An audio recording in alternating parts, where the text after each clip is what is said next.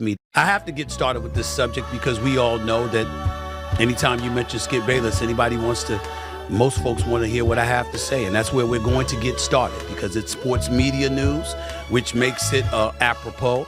And it involves a recent lawsuit filed against Fox Sports, and several people, including my buddy Skip Bayless, my former colleague at ESPN.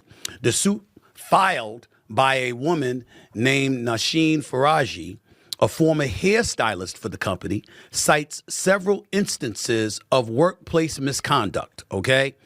The 42-page, that's right, 42-page suit names several defendants, including Fox Sports Executive Vice President Charlie Dixon and even host Joy Taylor.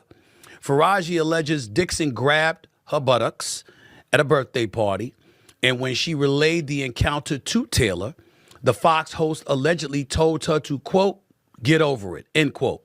As for Skip Bayless, Faraji says he touched her inappropriately and propositioned her for sex, offering her $1.5 million, end quote. I'll get to Tori and her thoughts on for a second. First things first, let me tell you why I had to cover this. Number one, it's news. Number two, I was just on the air a few weeks ago and took some heat for the fact that I pointed out that I've been friends with Jay-Z for 25 years.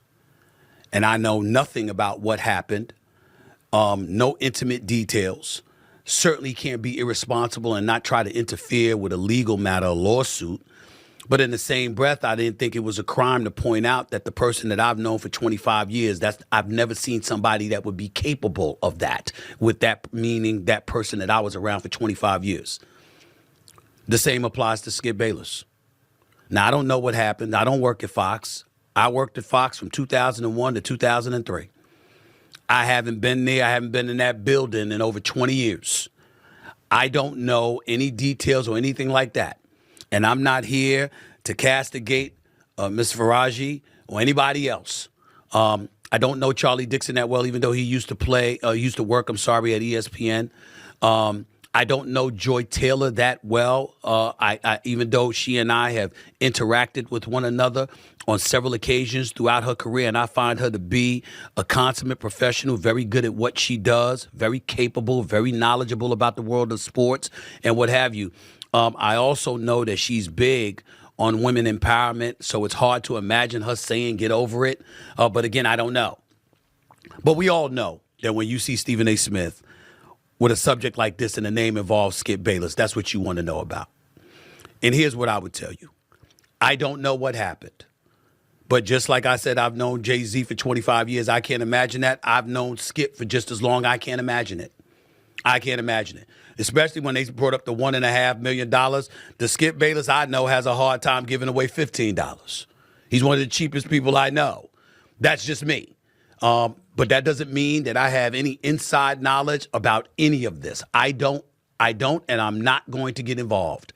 I think it's incredibly dicey and irresponsible for people who don't know to act like they do know. But in the same breath, I also feel it's important that if you know people or you think you know people and you've had a long-standing relationship with those people, that it's not a crime for you to say the person that I know, the person that I've been around, the person that I worked with in his case, for 4 straight years from 2012 to 2016 doing First Take every weekday morning at 10 a.m. to 12 noon.